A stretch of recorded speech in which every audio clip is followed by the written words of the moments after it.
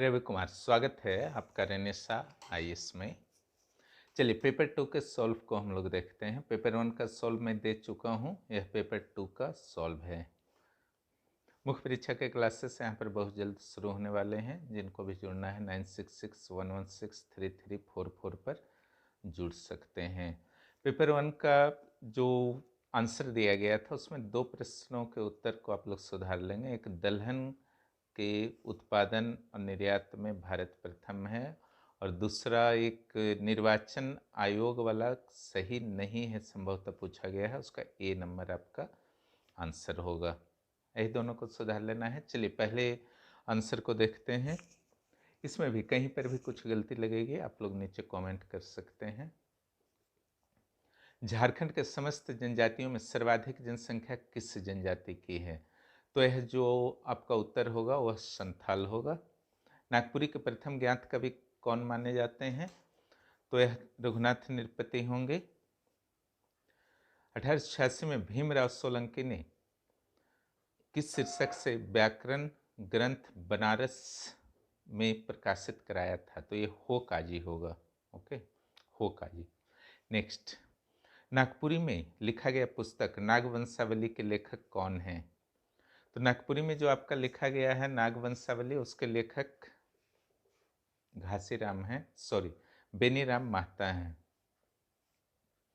ऐसे 2 नागवंशावली है, इसका थोड़ा सा ध्यान दीजिएगा। क्वेश्चन इज मैक्सिमम क्वेश्चन ठीक थे, अगर सावधान देखिए। जो आपका इजी क्वेश्चन था, जो बनने लायक था, अगर उससे आपने बनाया है तो आपका रिजल्ट आ जाएगा, टेंशन मत लीजिएगा। कट ऑफ के बारे में चर्चा हल्का फुल्का कल कर दिया जाएगा। पहले प्रश्न के उत्तर को मिला लीजिए। 17वीं शताब्दी में रचित जगरामी रामायण किस भाषा की एक सुंदर कृति थी?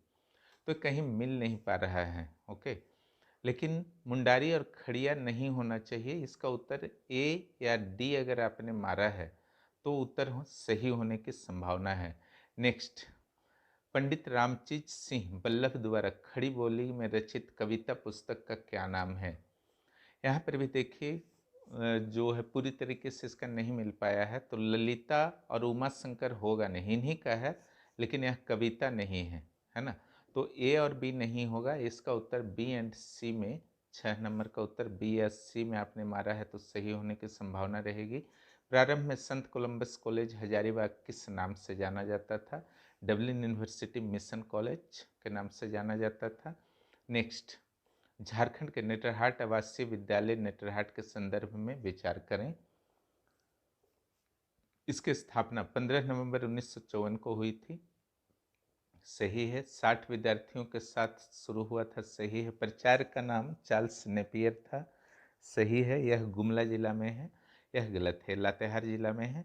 तो 4 नंबर गलत है, तो 1 2 3 जो है आपका सही हो जाएगा। हालांकि इजी क्वेश्चन नहीं था, टेंशन नहीं लीजिए। जो भी आपका सिंपल क्वेश्चन जो होते हैं उस पूरी तरीके से सिंपल होते हैं, कहीं से भी उलझाव नहीं होते हैं। और ऐसे प्रश्नों में भले ही देखने में आपको इजी लग रहा हो, लेकिन एग्ज़ाम हॉल में अलग कंडीशन होते हैं, वहाँ पर बनाना इतना आसान नहीं होता है। और इस बार कट ऑफ डाउन रहेगा, मैंने एग्ज़ाम से पहले भी आपको एक वीडियो बना करके कहा था, इसलिए घबराहट आप में उत्पन्न नहीं होनी चाहिए। पिछले बार को देखते हुए कि पिछला बार इतना कट ऑफ था, उसको हम नहीं पार कर पाए। हर बार के कंडीशंस अलग अलग होते हैं, इस बार के कंडीशन अलग हैं। इस बार का जो बेस्ट स्कोर होगा वह अलग होगा। क्या हो सकता है उस पर ज़रूर चर्चा कर दूंगा, लेकिन फिलहाल आंसर को मिला करके कंफर्म हो जाइए कि आपका आखिर हुआ कितना है। चलिए नेक्स्ट हम लोग आते हैं। किस तिथि को इंडियन स्कूल ऑफ माइंस की स्थापना की गई थी? तो 9 नंबर का जो होगा 9 दिसंबर 1926 से। इजी क्वेश्चन में आप मान सकते हैं, है ना। झारखंड के किस शहर में मोहन कुमार मंगलम स्टेडियम है? तो ये बोकारो स्टील सिटी में है, ये भी इजी क्वेश्चन आप मान सकते हैं। नीरज कुमार मिश्रा किस खेल से संबंधित खिलाड़ी हैं? तो शतरंज से। ये मॉडरेट मान सकते हैं, इजी ऐसे क्वेश्चंस को नहीं कर सकते हैं कि छोटा सा दिख रहा है तो इजी है, ऐसा नहीं होता है। नेक्स्ट, भारतीय हॉकी टीम ने जयपाल सिंह के प्रथम कप्तानी में 1928 में ओलंपिक खेल में कौन सा मेडल, तो ये स्वर्ण है, इसको इजी मान सकते हैं चूंकि पॉपुलर क्वेश्चन है। नेक्स्ट, भारत ने किस टीम को हराकर वर्ष 2023 का महिला हॉकी एशियाई चैंपियंस ट्रॉफी जीती थी, तो यह जापान होगा। यह मॉडरेट आप कह सकते हैं या हार्ड भी कह सकते हैं। अगर आपको याद नहीं है तो यहाँ पर कोई रास्ता नहीं है। और पिछले साल जनवरी की घटना है। श्री दीपक मंडल किस खेल से संबंधित हैं, ये फुटबॉल। ये थोड़ी चर्चित पर्सनैलिटी नहीं है इसलिए टफ में मान सकते हैं इसको। 15, किस प्रकार भारतीय परिसीमन अधिनियम का प्रावधान छोटा नागपुर काश्तकारी अधिनियम 1908 के अंतर्गत आने वाले मुकदमे, अपीलों और आवेदन पत्र पर लागू होते हैं। लागू वहां तक होंगे जिस जो प्रावधान छोटा नागपुर काश्तकारी अधिनियम 1908 के असंगत नहीं हो। तो 15 का जो आपका आंसर होगा वह बी होगा। नेक्स्ट 16 नंबर, छोटा नागपुर काश्तकारी अधिनियम की धारा 139 प्लस 139 के अलग अलग खंड दिए गए हैं। तो उपायुक्त द्वारा किसी मुकदमे में पारित आदेश के विरुद्ध कहाँ अपील होगा, तो न्यायिक आयुक्त के बाद पास अपील होगा, है ना। नेक्स्ट, छोटा नागपुर काश्तकारी अधिनियम 1908 में भूधृति के विपरीत भूधारक का हित और भूधृति आती है। उसमें मुंडारी खुटकट्टीदार नहीं आएंगे, तो सही किए होंगे आप लोग। 16-17 दोनों आप लोग सही किए होंगे। नेक्स्ट, क्या छोटा नागपुर काश्तकारी अधिनियम 1908 के तहत सिविल प्रक्रिया संहिता 1908 की प्रक्रिया लागू होगी जब उपायुक्त के समक्ष मामलों का विचारण हो रहा है ना। तो यहाँ पर जो आपका आंसर होगा लागू होगी, सॉरी, राज्य सरकार यह विनिश्चय करेगा यदि कोई प्रक्रिया छोटा नागपुर काश्तकारी अधिनियम के तहत नहीं दिया गया है। ये आर्टिकल जो सेक्शन है 265 के तहत है। ओके, 265 के तहत है, राज्य सरकार विनिश्चय करेगी। हालांकि 1908 के तहत ही सुनवाई करते हैं। जो भी अधिकार उनका न्यायिक अधिकार होता है 1908 के तहत ही होता है। नेक्स्ट, धारा 17, छोटा नागपुर काश्तकारी अधिनियम 1908 के तहत बंदोबस्ती रैयत वह व्यक्ति है जिसने कितने वर्षों तक अधिनियम के प्रारंभ से पूर्व या पश्चात किसी ग्राम में स्थित रैयत भूमि को धारित किया है, तो 12 होगा। ठीक है, इस पर तो काफ़ी चर्चा हुए थे क्लासेस के दौरान। नेक्स्ट, भूमि अधिग्रहण पुनर्वास पुनर्स्थापन अधिनियम 2013 के तहत सरकार भूमि अधिग्रहण पुनर्वास पुनर्स्थापन प्राधिकरण की स्थापना करती है, तो उस प्राधिकरण के कितने व्यक्तियों से मिलकर बनेगी। ये लगता है कि मैक्सिमम लोगों का गलती हो गया होगा, ये एक व्यक्तियों से मिलकर बनेगा। और नेक्स्ट जो क्वेश्चन है, भूमि अधिग्रहण पुनर्वास और पुनर्स्थापन अधिनियम 2013 के अनुसार निम्न में से किस धारा में अनुसूचित जाति और जनजाति के विशेष प्रावधानों का विवरण है। ये तो क्वेश्चन आपको दिया ही गया था, है ना, जो पुराने वाले भू अधिग्रहण पुनर्वास का नोट्स है उसमें आप देखिएगा पेज नंबर 6 में, वहाँ पर एक क्वेश्चन है। तो धारा 40 और 41 दोनों में विवरण है, तो 3 तो ऐसे ही कट जाता है, तो धारा 41 आपका हो जाएगा। नेक्स्ट चलिए 22 में हम लोग आते हैं। एसपीटी से इजी दिया था, वहाँ थोड़ा सोचना था, सीएनटी में थोड़ा सा सोचना था। संथाल परगना भूधारण अधिनियम 1949 के किस धारा में यह कहा गया है कि एक रैयत को अधिकार है कि वह अपने जमीन पर भवन बना सकता है। तो सारा का तो अच्छा से आप लोगों का हुआ था अलग अलग आर्टिकल का, तो ये धारा 17 था, सॉरी धारा 18 होगा। धारा 18 था ये आपका जमीन पर अपना कच्चा या पक्का मकान बनाना। देखिए बैकलॉग में महुआ पेड़ वाला दिया था संथाल परगना से, और इस बार आपका मकान वाला दे दिया धारा 18। खाली जोत, इस पर भी काफ़ी डिस्कशन हुआ था, इसमें कन्फ्यूजन काफ़ी हो सकता है। तो इसकी परिभाषा तो दे ही गई है सेक्शन 4 में। तो खाली जोत क्या है, जिस जमीन का जो रैयत है, जिसका मालिक है, उसका कोई उत्तराधिकारी ना हो और जोत छोड़ करके उसका डेथ हो गया हो उसकी, तो खाली जोत कहा जाएगा ऐसा जोत। इसलिए बी नंबर 23 का कौन सा होगा आपका, बी नंबर होगा। संथाल परगना भू धारण अधिनियम 1949 के अनुसार चारागाह भूखंड का प्रयोग बंदोबस्ती खेती के हेतु किया जा सकता है। समान रूप से देखिए इसका प्रयोग पर आपका प्रतिबंध है। ओके, इसलिए 24 का सी होगा, क्योंकि चारागाह के लिए आपका 5% भूमि जो है रखना है। चारागाह भूमि के बारे में 37 और 38 सेक्शन में विवरण दिया गया है। 24 के बाद आते हैं संथाल परगना भू धारण अधिनियम 1949 के तहत दंड का प्रावधान। यहाँ अगर आप कंफ्यूज नहीं किए होंगे तो सही निश्चित रूप से कर लिए होंगे कि दंड का प्रावधान जो है किस में है, तो धारा 67 में है। नेक्स्ट, संथाल परगना भू धारण अधिनियम 1949 में रेती जमीन के विनिमय एक्सचेंज से संबंधित प्रावधानों का उल्लेख किया गया है। इंग्लिश आप लोग पढ़े ही होंगे आशा है, क्योंकि इंग्लिश में अगर चलिए 26 नंबर देखते हैं हम लोग। संथाल परगना भू धारण अधिनियम 1949 के किस धारा में रेती भूमि के विनिमय से संबंधित प्रावधानों का विवरण दिया गया है? विनिमय तो रेती भूमि का बदलन, हस्तांतरण, उसके शर्त वगैरह आप लोग अच्छी तरीके से पढ़े थे। आर्टिकल जो है 23 है, तो इसका ये नंबर हो जाएगा। 26 का भी ये हो जाएगा। नेक्स्ट आते हैं FSI रिपोर्ट के अनुसार झारखंड के किस जिले में वन का प्रतिशत कुल क्षेत्रफल के प्रतिशत से कम दर्ज है? Okay, which districts has recorded the lowest percentage of forest cover area to its total area among districts of Jharkhand according to FCI report 2019। इसको देखिए, जब आप पढ़ते हैं तो पूरी तरीके से क्लियर होता है, जबकि यहाँ पर हिंदी को करने में गड़बड़ा गया है, जिसके कारण आप कंफ्यूज हो जाते हैं। तो ये आपका जामताड़ा तुरंत उत्तर निकल जाता है। नेक्स्ट, कुल जनसंख्या के दृष्टिकोण से निम्न में से कौन सा जिला झारखंड का सबसे बड़ा जिला है? तो ये सब तो आपका सिंपल क्वेश्चन था, रांची होगा इसका। ये सब गलती नहीं करना चाहिए था। और जो सिंपल क्वेश्चन गलती किए हैं, विश्वास मानिए कि आपका मुख्य परीक्षा के लिए कॉल हो जाएगा। और जो सिंपल क्वेश्चंस गलती कर दिए हैं तो आपकी स्थिति थोड़ी सी प्रॉब्लम में पड़ सकती है। बस पीटी में यही ध्यान रखना है कि जो सिंपल क्वेश्चन होते हैं, जो गलती नहीं होना चाहिए वो गलती मत कीजिए, प्लस टफ क्वेश्चन में कुछ निकाल लीजिए तो रिजल्ट आ जाया करते हैं। चलिए 29 नंबर पर हम लोग आते हैं।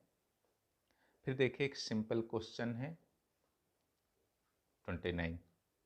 वर्तमान में कौन सा जिला झारखंड में सबसे अधिक क्षेत्रफल में फैला हुआ है, यानी कि सबसे अधिक क्षेत्रफल है? पश्चिम सिंहभूम।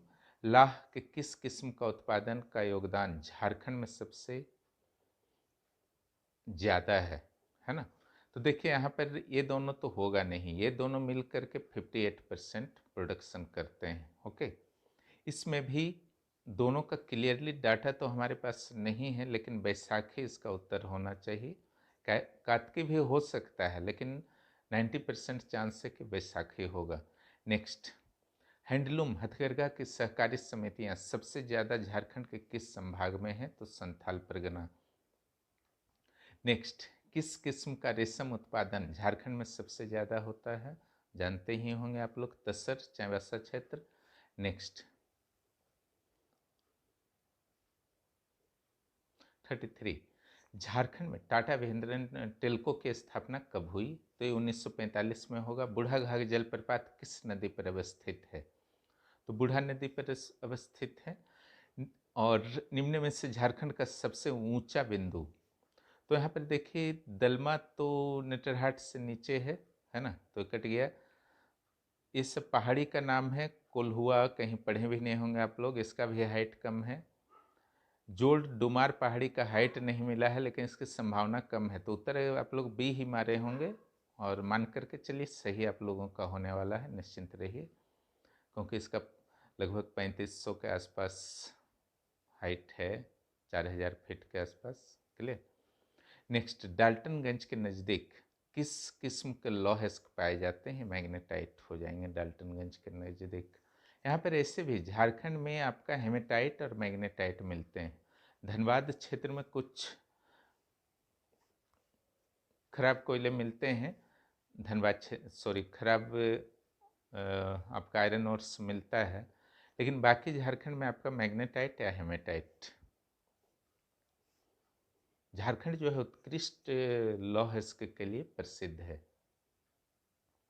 नेक्स्ट, स्टेटमेंट देख करके घबराना नहीं था, ये सिंपल था। पुनर्स्थापना 2008 का उद्देश्य, केवल परियोजना के उद्देश्य से भूमि के न्यूनतम क्षेत्र का अधिग्रहण किया जाना चाहिए, कम से कम जितना जरूरत हो उतना ही अधिग्रहण किया जाए, सही है। जहाँ तक संभव हो बंजर भूमि, कम उर्वर भूमि, गैर सिंचित भूमि की परियोजनाएं स्थापित की जाए, ये भी सही है। जहाँ तक संभव हो SC/ST समूहों की भूमि, बहुफसली भूमि, सिंचित भूमि का इस्तेमाल यथासंभव नहीं होना चाहिए, ये भी सही है। ध्यान से पढ़ना है एक चीज को, तो उपयुक्त सभी, तो उत्तर जो हो जाएगा आपका 37 का डी हो जाएगा। नेक्स्ट, झारखंड पुनर्वास और पुनर्स्थापन नीति 2008 के अनुसार उन सभी परियोजनाओं से संबंधित पुनर्वास और पुनर्स्थापन योजनाओं के क्रियान्वयन की प्रगति की समीक्षा निगरानी के लिए एक राज्य स्तरीय निगरानी समिति होगी, जिनके लिए यह नीति लागू होगी। इस समिति की अध्यक्षता कौन करेगा? क्लियर? तो यहाँ पर देख रहे हैं पुनर्विक योजनाओं के क्रियान्वयन की समीक्षा और प्रगति है यहाँ पर वर्ड, और दूसरा वर्ड पर आपको ध्यान देना है राज्य स्तरीय। तो राज्य स्तरीय में तो विकास आयुक्त नहीं होगा, ये दोनों में संभावना बनता है ना, ए या बी। तो सी तो अपने आप हट गया पहला। दूसरा, जो राज्य स्तरीय का अगर आप पुनर्वास को अच्छे तरीके से स्टडी किए हैं, चैप्टर 9 को पढ़े होंगे, तो वहाँ देखिएगा कि मुख्यमंत्री जो हैं अध्यक्ष होते हैं और मुख्य सचिव उसके सदस्य होते हैं। उसके अलावा विभागीय सचिव, जिस मंत्रालय के अंदर में यह विभाग है पुनर्वास से रिलेटेड, उसके सचिव, मुख्य सचिव और विभागीय मंत्री, उस विभाग के जो मंत्री होते हैं, तो 3 मेंबर होते हैं। तो मुख्यमंत्री यहाँ पर हो जाएंगे, ए नंबर आंसर हो जाएगा। नेक्स्ट, झारखंड पुनर्वास और पुनर्स्थापन नीति 2008 के अनुसार परिवार में कौन शामिल हैं? जीवन साथी, अविवाहित बेटे बेटियां, अविवाहित भाई बहनें, तो सारा हो जाएंगे। ओके, चलिए आगे आते हैं। झारखंड उद्योग पुनर्वास योजना 2003 पुनर्वास के पुनरुद्धार के प्रस्ताव वाले सभी मामलों पर लागू होती है, जो कि बंद इकाइयाँ, बीमार इकाइयाँ, कमजोर इकाइयाँ। तो क्या इसमें है? ओके, देखिए यहाँ पर जो आपका है, कुछ ऐसे फैक्ट्स पूछे गए हैं जो वास्तव में कहीं मिल ही नहीं पाते हैं, तो उसी के अंतर्गत इसको भी आप शामिल कर सकते हैं। तो इस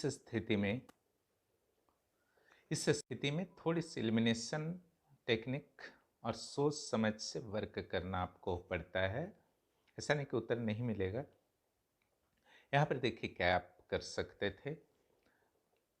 2003 की बात है, तो यह आपका LPG पूरी तरीके से हावी हो चुका था इंडियन इकोनॉमी पर इस समय तक, है ना।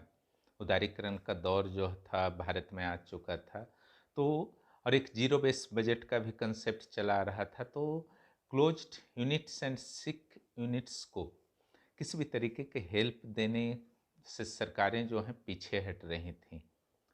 तो यहाँ पर क्या आपका होगा कि झारखंड इंडस्ट्रियल के पुनरुद्धार या पुनर्वास करना है। ओके, तो पुनरुद्धार या पुनर्वास करना है, तो इसकी संभावना समाप्त हो जाती है नई इकाइयों की, है ना।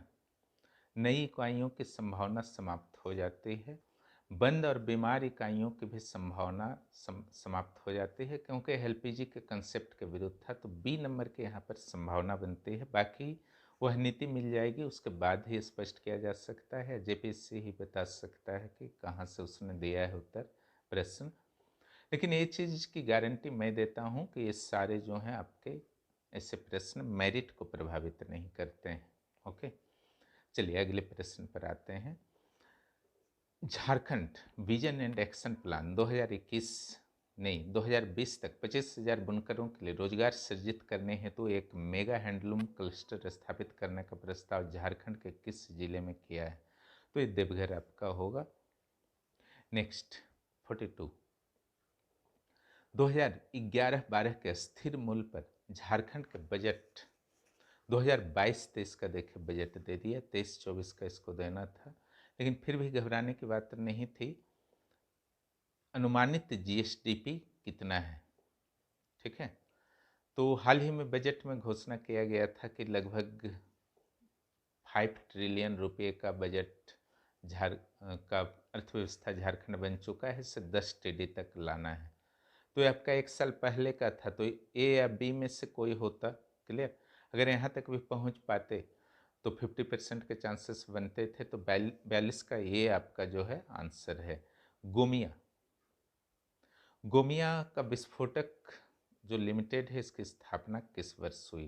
तो इसकी स्थापना जो हुई थी 1958 में हुई थी, 1958 में, इसलिए एक भी ऑप्शन यहाँ पर सही नहीं है। तो ये हटना चाहिए, जेपीएससी के द्वारा हटाया जाना चाहिए क्वेश्चन को। नेक्स्ट,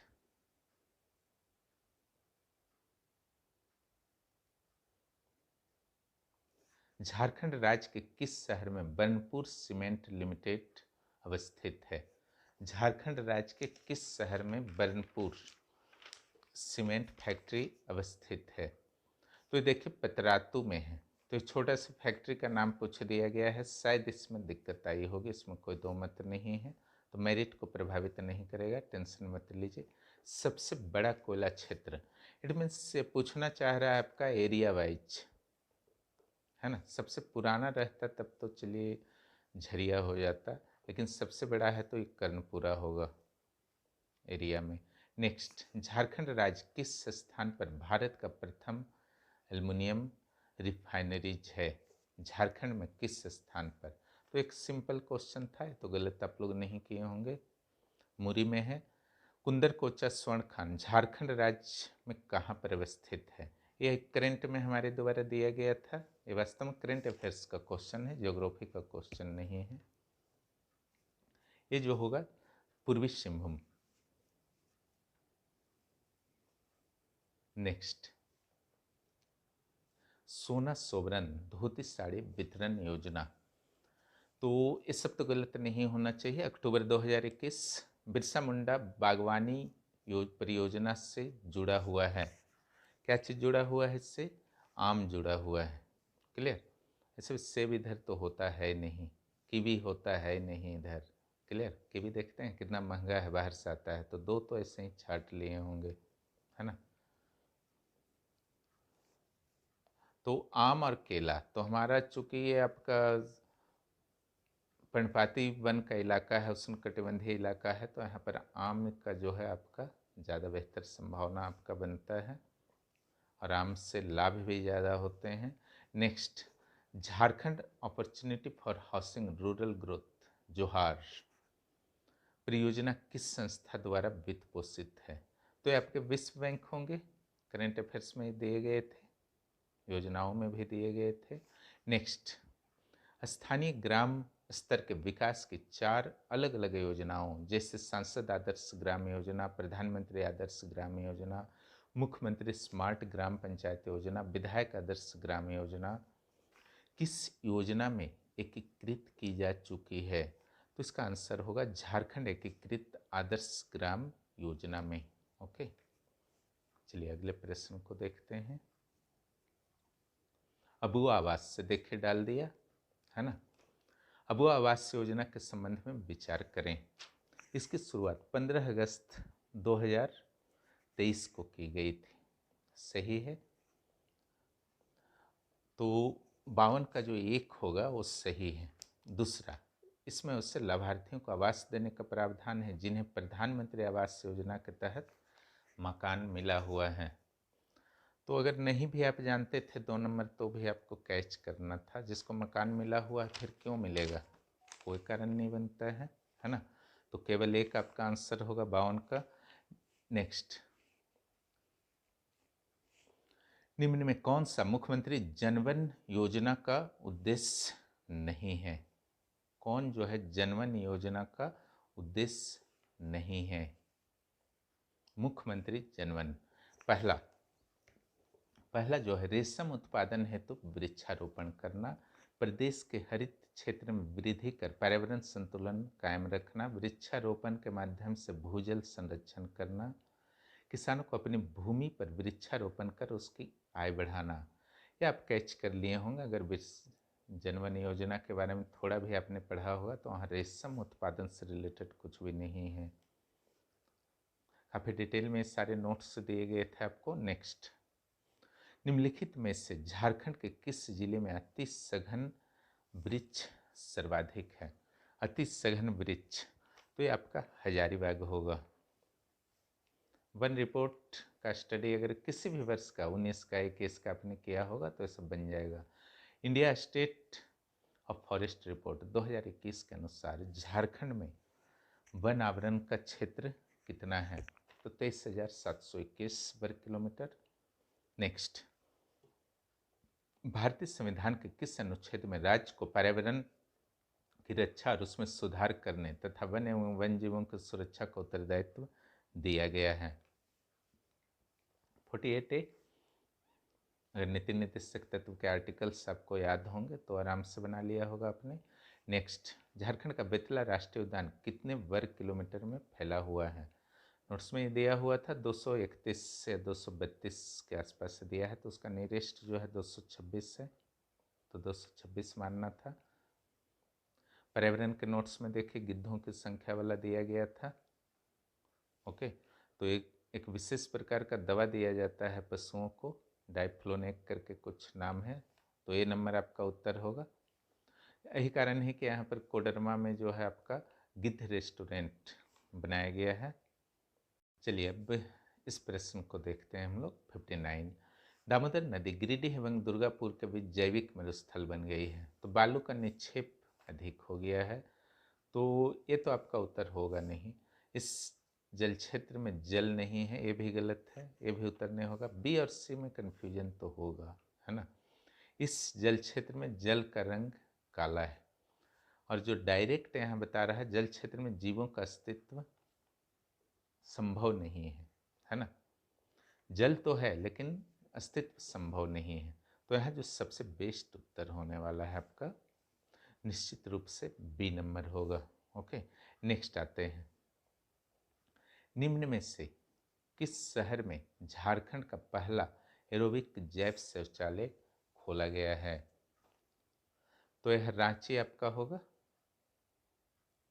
ठीक है।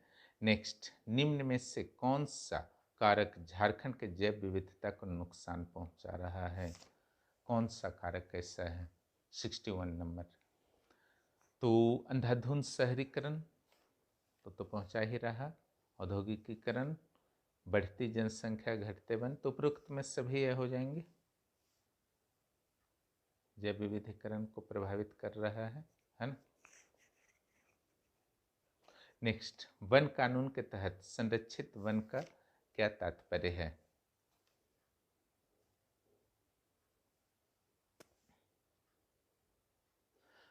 वन कानून के तहत संरक्षित वन से क्या तात्पर्य है? सभी गतिविधियों पर प्रतिबंध, सभी गतिविधियों के लिए अनुमति, उन सभी गतिविधियों पर रोक जिनकी अनुमति नहीं है, उपरोक्त में से कोई नहीं, तो इसका ये नंबर हो जाएगा, सभी गतिविधियों पर प्रतिबंध।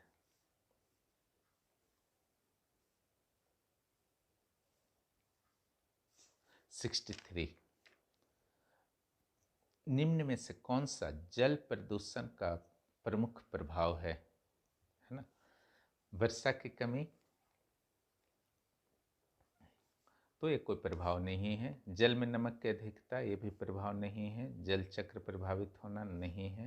वास्तव में ऑक्सीजन की कमी हो जाती है।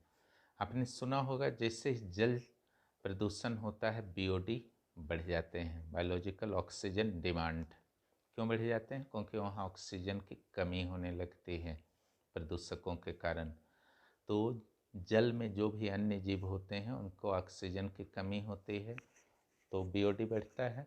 और ये भी आप जानते होंगे कि बीओडी जो होता है प्रदूषित जल का अधिक होता है, स्वच्छ जल का कम होता है। नेक्स्ट, मुख्यमंत्री जनवन योजना के तहत कोई लाभुक जो अपने निजी भूमि पर वृक्षारोपण करता है उसे सरकार द्वारा कितनी प्रोत्साहन राशि दी जाती है? इस योजना हेतु स्वीकृत दर पर कुल लागत का 75%। नेक्स्ट, निम्न में से कौन सी संस्था झारखंड में बाढ़ आपदा के संबंध में तकनीकी कारणों की सूचना देने का कार्य करती है? खनन वाला आपका इस इंडियन स्कूल ऑफ माइंस से, सूखा के लिए बिरसा एग्रीकल्चर है, और ये जो आपका बाढ़ वाला है वो झारखंड स्पेस एप्लीकेशन सेंटर है। नोट्स में आपके थे ना। नेक्स्ट, निम्नलिखित में कौन सा आपदा प्रतिक्रिया का उद्देश्य नहीं है? मानव जीवन की सुरक्षा और बचाव, यह है आपका आपदा आपातग्रस्त लोगों की राहत और अस्थायी आवास, यह है आधारभूत संरचना की पुनर्स्थापना और रखरखाव, ये भी है।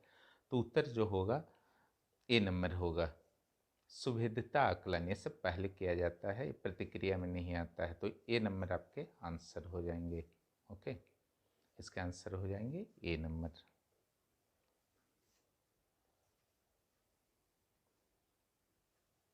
आइए आते हैं 67। भूकंप संवेदनशीलता के दृष्टिकोण से झारखंड के संपूर्ण क्षेत्र को किस भूकंपीय क्षेत्र में रखा जाना है? तो इसका जो होगा जोन 2 और जोन 3 में। बहुत ज़्यादा खतरा यहाँ पर नहीं है कुछ क्षेत्रों को छोड़कर। नेक्स्ट, निम्न में से कौन सा उष्णकटिबंधीय चक्रवात मई 2021 के पूर्वी तटीय राज्यों में झारखंड को प्रभावित किया था? तो मई 2021 पूछा जा रहा है, लेकिन इतना भी पुराना नहीं है कि यह आपका हुदहुद, फनी वगैरह या बुलबुल, ठीक है, ये वास्तव में यास था जो हाल ही में आया था, तो 2021 का ही घटना था।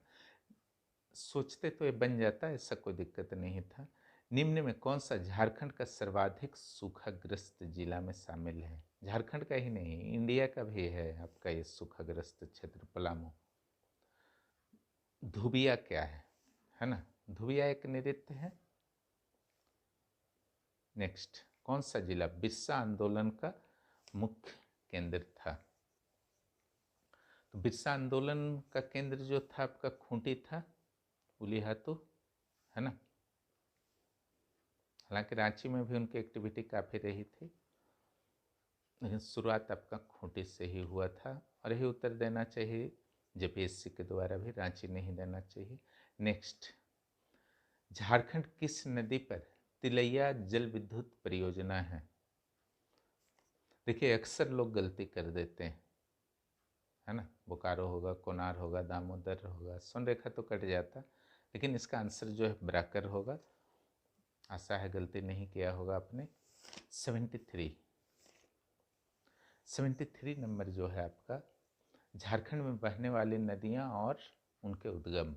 सोनरेखा नदी, टिकराटोली, ये नया शोध से आपका टिकराटोली है, नोट्स मेंस वाले नोट्स में डाला गया है। ब्राकर नदी उत्तरी छोटा नागपुर, सही है। दक्षिणी कोयल छोटा नागपुर डायरेक्ट लिख दिया। शंख नदी त्रिकुट से नहीं है, त्रिकुट तो संथाल परगना क्षेत्र की पर्वत है, ठीक है। तो शंख नदी तो आपका गुमला सिमडेगा क्षेत्र में है ना, तो त्रिकुट तो होना नहीं है, तो 73 का डी हो गया। जतरा भगत ने शुद्धि आंदोलन कब चलाया? 1914 में।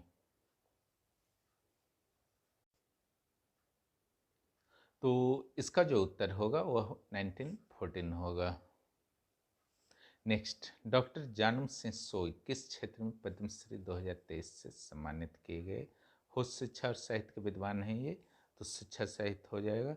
नेक्स्ट, झारखंड राज्य में संचालित मुख्यमंत्री सारथी योजना का संबंध क्या चीज़ से है? ऐसे तो वर्तमान में प्रशिक्षण दिया जा रहा था, लेकिन जब शुरू हुई थी तो निःशुल्क कोचिंग से संदर्भित था, वही ऑप्शन में दिया है। नेक्स्ट, नागवंशी शासन प्रणाली के संदर्भ में कौन सही नहीं है? नागवंशियों के द्वारा पढ़ा पंचायत को ही सही है, पढ़ा पंचायत के आधार पर ही था। इसने मानकी का पदनाम बदलकर ठाकुर कर दिया था, ठाकुर नहीं किया था, ये भूइहर किया था, भूइहर किया था मानकी का नाम। और नागवंशियों ने परहा का नाम बदलकर पट्टी कर दिया था। भूइहर परहा में पंचायत का एक स्थायी संगठन था, तो सब सही है। बी नंबर इसका उत्तर होगा। चूंकि सही नहीं है पूछा गया ना, तो बी नंबर उत्तर होगा इसका। नेक्स्ट, करटाहा। करटाहा कहाँ था? तो ये आपका ढोकुल शहर में था। नेक्स्ट, रेड परगना, करटाहा। मुंडा शासन व्यवस्था में महतो, ग्रामीणों तक महत्वपूर्ण सूचनाएं पहुंचाना महतो का काम था। नेक्स्ट, मांझी परगणित शासन व्यवस्था में उप प्रधान कौन था? तो प्राणिक था।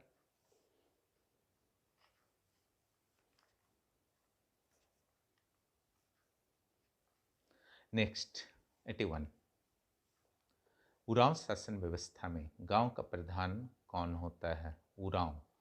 उरांव में आपका महतो होता है पढ़ा शासन प्रणाली में। मुंडा मानकी शासन व्यवस्था से संबंधित कौन सा कथन सही नहीं है? मानकी पद आनुवंशिक होता है, सही है। मानकी बर्खास्त हो जाए तो उसके उत्तराधिकारियों को हक नहीं मिलता है, ये भी सही है। और मुंडा का ग्राम प्रधान, जबकि मानकी को पीड़ का प्रधान कहते हैं, ये भी सही है। वसूली राजस्व में मानकी को कोई अंश नहीं मिलता, ये गलत है। तो डी नंबर, मुंडा मानकी दोनों को अंश मिलता है। डी नंबर जो आपका होगा 82 का आंसर होगा। नेक्स्ट, नाया किस जनजाति से संबंधित है? यानी कि किसके मुखिया का नाम है? तो यह बिरहोर होगा, है ना। नेक्स्ट, पढ़िया जनजाति की व्यवस्था में गांव के प्रमुख को क्या कहा जाता है? गांव के प्रमुख को क्या कहा जाता है? देखिए, पढ़िया जो है संथाल क्षेत्र का है। चूँकि 4-5 जनजातियों के बारे में आपने डिटेल पढ़ा था, लेकिन बाकी 27-28 के बारे में जातीय पंचायत व्यवस्था करके जो ऑप्शन 2 क्वेश्चन वाला था, उसी सेक्शन से ये दिया गया है। तो इसका जो होगा, चूँकि संथाल क्षेत्र का है तो मांझी ही होंगे यहाँ पर भी। नेक्स्ट, नागवंशावली के अनुसार नागवंशी राजधानी सुतियांबे से चुटिया ले जाने का काम किस राजा ने किया? ये आपको नोट्स में दिया गया था। निरपति प्रताप राय। 1855-56 के हुल का नेतृत्व हजारीबाग में किनके द्वारा किया गया? लुभिया मांझी और बैरू मांझी के द्वारा। नेक्स्ट, छोटा नागपुर कैथोलिक सभा के अध्यक्ष, पहले अध्यक्ष कौन थे? तो बोनीफेस लकड़ा हो जाएंगे। नेक्स्ट, रामजीत हंसदा, बुधराय किस्कू और चांद राय निम्न में से किस आंदोलन से जुड़े हुए थे? तो देखिए, ये पूरी तरीके से क्लियर नहीं है, लेकिन संभावना है पहाड़िया विद्रोह से रहे हों। संथाल हुल में तो इनका नाम आता नहीं है। पहाड़िया हुल उसी क्षेत्र में हुआ था। हालांकि जेपीएससी का इंतज़ार कीजिए, और आप लोगों को पता है तो कमेंट कर सकते हैं। झारखंड क्षेत्र स्वशासी परिषद का गठन कब हुआ था? तो सितंबर 1994 में हुआ था। असहयोग आंदोलन के नायक गोपबंधु दास का संबंध निम्न में से किस क्षेत्र से था? तो देखिए, वास्तव में झारखंड के तो थे नहीं, ये उड़ीसा के थे। तो सरायकेला खरसावां उस समय उड़ीसा में ही माना जाता था, उसी क्षेत्र में, इसीलिए इसको आप सरायकेला खरसावां मान सकते हैं। नेक्स्ट, छोटा नागपुर विकास प्राधिकरण और संथाल परगना विकास प्राधिकरण की स्थापना किस वर्ष हुई? इसके बारे में जानकारी नहीं प्राप्त है। जेपीएससी जो उत्तर देगा, अगर आपका सही हो जाता है तो बहुत अच्छी बात है। उरांव जनजाति में बच्चों के विवाह के समय माँ के गोत्र से कितनी पीढ़ी तक का विवाह वर्जनीय होता है? सिंपल है, बहुत कम रखे जाएंगे, तो तीन जो है इसके आंसर होंगे। नेक्स्ट, हालांकि वो सब क्वेश्चन जो है आपका जो लिख से हटके है, आपका मेरिट को प्रभावित नहीं करेगा, निश्चिंत रहिए। मुंडा महिलाओं का प्रचलित परिधान, ये तो इजी है, जो पढ़े होंगे उनके लिए। तो पारिया, ठीक है। झारखंड के तीसरे राज्यपाल कौन थे? झारखंड के तीसरे राज्यपाल कौन थे? बेद मारवाह, जिनका जन्म पाकिस्तान में हुआ है। झारखंड सरकार ने सबसे ज़्यादा पैसा किस क्षेत्र में खर्च किया? तो शिक्षा क्षेत्र में इन्होंने खर्च किया था 22-23 में, 23-24 में, है ना। नेक्स्ट, कटहा ब्राह्मण गोदान किस संस्कार से जुड़ा है, तो मृत्यु संस्कार से जुड़ा हुआ है, तो सही किए होंगे। नेक्स्ट,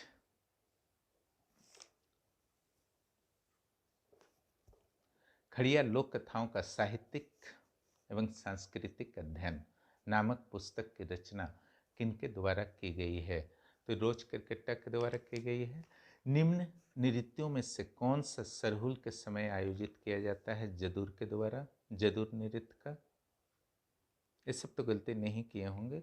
नेक्स्ट, सामान्यतः विवाह के अवसर पर गाए जाने वाला कौन सा गीत है, तो डोमकच है। बेतला राष्ट्रीय उद्यान बाघों के लिए है। इस प्रकार आपका आंसर समाप्त होता है पेपर 1 और पेपर 2 का।